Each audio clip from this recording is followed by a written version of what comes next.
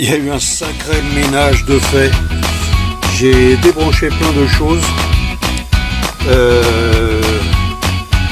Ma femme va me traiter de fou.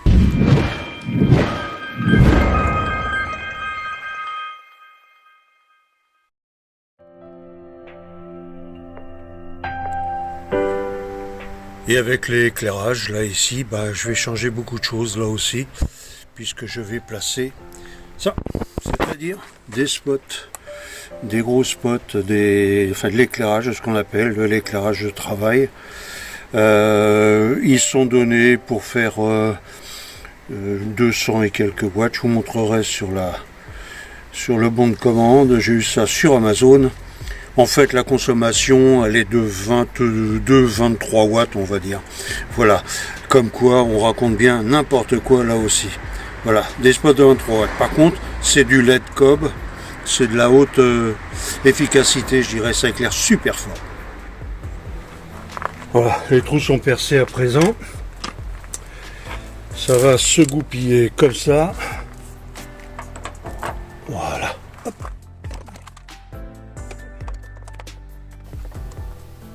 À propos, quand on perce des trous dans une carrosserie polyester ou peu importe, on se méfie toujours, il faut regarder auparavant derrière s'il n'y a pas des fils.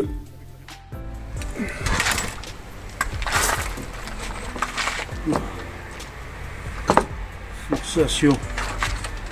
Là ici c'est toujours un peu délicat.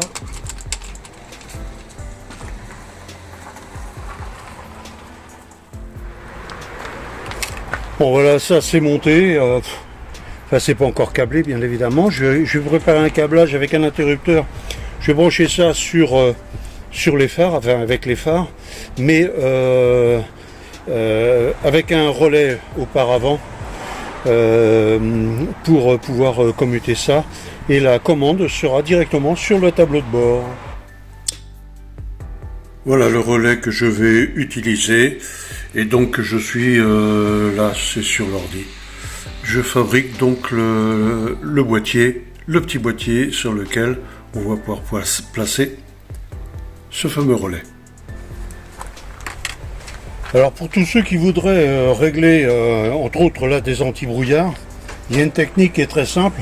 Quand le véhicule est à plat, en état, je dirais, de rouler, eh ben, il y en a qui démontent, qui le règle de nuit, enfin c'est plus ou moins bien réglé.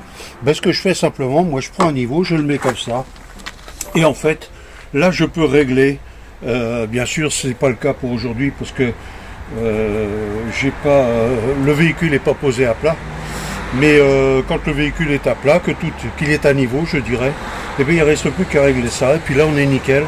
L'avantage qu'il y a, c'est que c'est précis.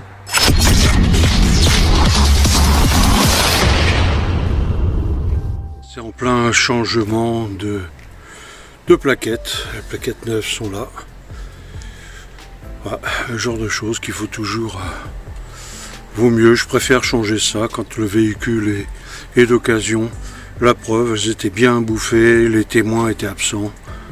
Témoins d'usure. Voilà. Eh bien, il n'y a plus qu'à changer ça. Géodis vient d'arriver. Le panneau solaire. Il est là. Voilà. Je vais vous dire que c'est une sacrée bestiole.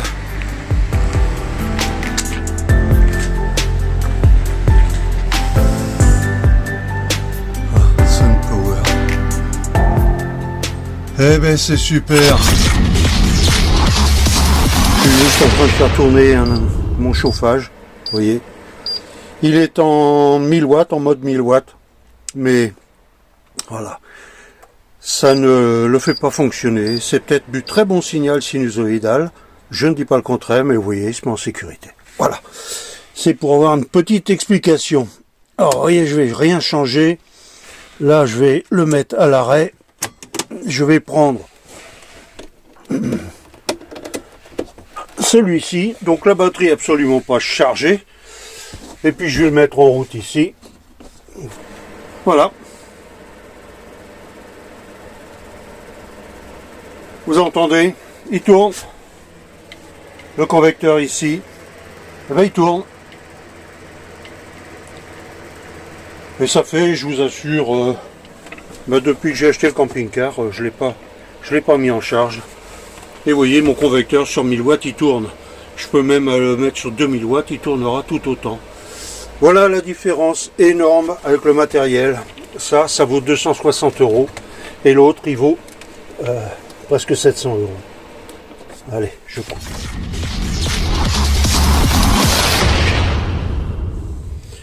Alors aujourd'hui, il y a plusieurs points que je vais essayer de régler. C'est déjà démonter ça, virer ça.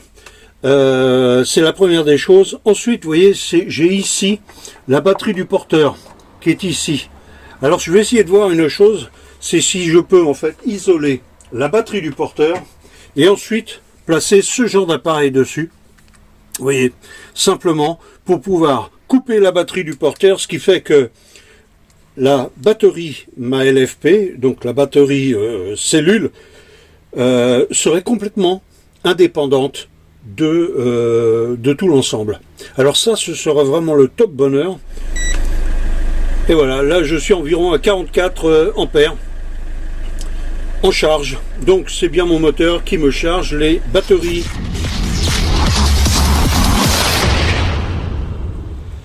Bon alors je vais commencer par une chose, c'est désanguer ça, retirer ça, tous ces fils là, ces petits fils là qui sont des fils d'alimentation, d'appareils, d'accessoires, je ne sais pas au juste encore à quoi ça sert, ce que ça alimente, mais bon, c'est pas grave, ça ne reste que de la petite alimentation, il n'y a aucun souci pour ça. Ce sont des appareils qui de toute façon sont faits pour fonctionner entre, je dirais, entre 12 volts et puis 14 volts 2, 14 volts 6, donc ça ne pose aucun problème. J'ai, avant tout, je vous montre, il y a un fusible ici, je l'ai retiré pour voir ce que ça donnait, ce que ça coupait. J'ai rien du tout au bout, donc c'est pas grave, c'est de l'accessoire, de toute façon on voit bien que ça a été rajouté. Alors voilà, on met ça de côté. Je vais par acquis de... Vous voyez, je retire le fusible ici parce que le fil là, si jamais il traîne quelque part, c'est pas bien bon. Et voilà. Donc je le mets de côté, on verra plus tard. Et je continue. Alors ce fil là, le plus batterie, je le retire. Vous voyez, quand je travaille, j'ai aucune clé dans les mains parce que si vous faites tomber une clé sur des batteries, je vous explique même pas ce que ça donne. Donc ce plus batterie là, ben, vous voyez, tout simplement, c'est le shunt qui vient ici, on le voit pas, c'est en bout de truc, mais c'est le shunt Victron. Donc le shunt Victron, comme je vais le retirer, ça pose aucun problème. Je suis ici sur un fil positif, pareil aussi. J'ai un fusible là-dessus. Alors, hop, je retire le fusible, je remets cette pièce là, ce qui fait que là encore c'est pareil, je suis isolé, je peux retirer ce câble. Bien évidemment, tant que j'ai pas retiré tous les fils de batterie, et ben j'isole celui-ci aussi. Voilà, c'est l'isolation, je dirais rapide, mais peu importe, c'est juste pour que ça ne touche pas, on va dire sur une masse ou quoi que ce soit, parce que là en fait ce qui se passe c'est que j'ai l'autre batterie qui est alimentée ici, sauf que je ne veux pas bousiller mon matériel, alors je vais vous bouger un petit peu comme on dit, je vais vous bouger un petit peu et vous allez comprendre. Ah, ça va être dur parce que là il y a beaucoup de trucs qui veulent bouger. Voilà, ce qu'il vous faut comprendre c'est que j'ai cet appareil là qui est encore branché lui, vous voyez. Et c'est un MPPT malgré tout. Donc le problème c'est que si le MPPT je le laisse à vide ici sans rien du tout, je risque de le flamber. Donc ce que je vais faire d'abord pour lui, c'est retirer, débrancher ici mes panneaux solaires. Parce qu'en fait lui, il fonctionne ici en fonction des panneaux solaires. Donc je vais retirer les panneaux solaires. Et puis je pourrais ensuite retirer le fil ici positif de ces deux batteries là et je pourrais ensuite retirer les deux batteries. Alors maintenant que j'ai débranché déjà la première batterie, je dirais, ce que je vais essayer c'est retirer ce câble là, ce câble qui est énorme en fait, il y a deux câbles dedans, le positif et le négatif, ça part dans le fond là-bas, je sais pas trop. Ça doit venir très probablement, bah si voilà, il est ici. Ici et très probablement voilà ici. Ce sont ces deux là. Il y en a un qui vient là et l'autre qui vient là. Donc je vais retirer ça parce que ces câbles là, ce sont les câbles de du convertisseur. Voilà, ce sont les câbles du convertisseur. Sur la partie jaune là, que vous voyez, c'est donc la sortie de l'alternateur. Donc le gros avantage qu'il y a là, c'est que si vous voyez, c'est sur un bornier et lien fusible. Et le bout de fil orange violet pardon, que j'ai coupé derrière, c'est simplement le fil donc qui va me servir pour aller alimenter ma future batterie LFP. Alors là, vous pouvez bien le voir, là, il y a eu un sacré ménage de fait. J'ai débranché plein de choses, mais en fait, ce qui se passe, c'est que là, j'ai bougrement éclairci la situation. Voilà.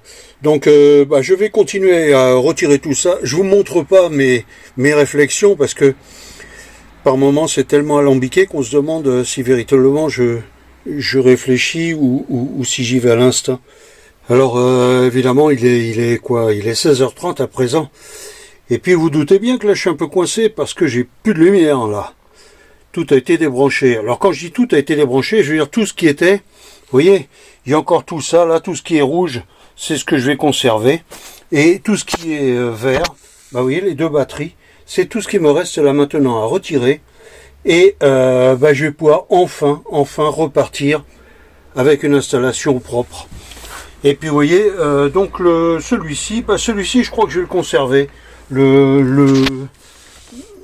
Le Weco là, tout simplement parce que il fait 900 watts, c'est de la qualité, il vaut cher, mais comme qui dirait, de toute façon au prix je l'ai payé, il faisait partie du camping-car, et il me servira pour aller alimenter la soute, tout le matériel qui est dans la soute, à savoir donc la machine à laver, la petite machine à laver, et puis en même temps pour charger le vélo, voilà. Ça change, hein. Reste plus qu'à retirer ces deux batteries. Voilà, je suis complètement essoufflé parce que j'ai réussi à aller retirer ces maudites batteries. Vous voyez, elles sont là. Voilà.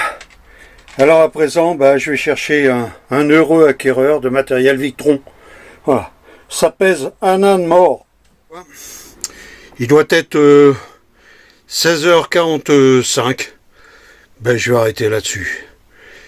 Je vous souhaite une bonne vidéo, je vous remercie de me suivre, et puis je vous remercie de me laisser me reposer à présent. Allez.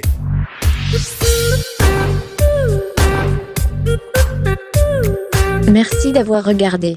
Si cette vidéo vous a plu, likez, et puis abonnez-vous pour la prochaine.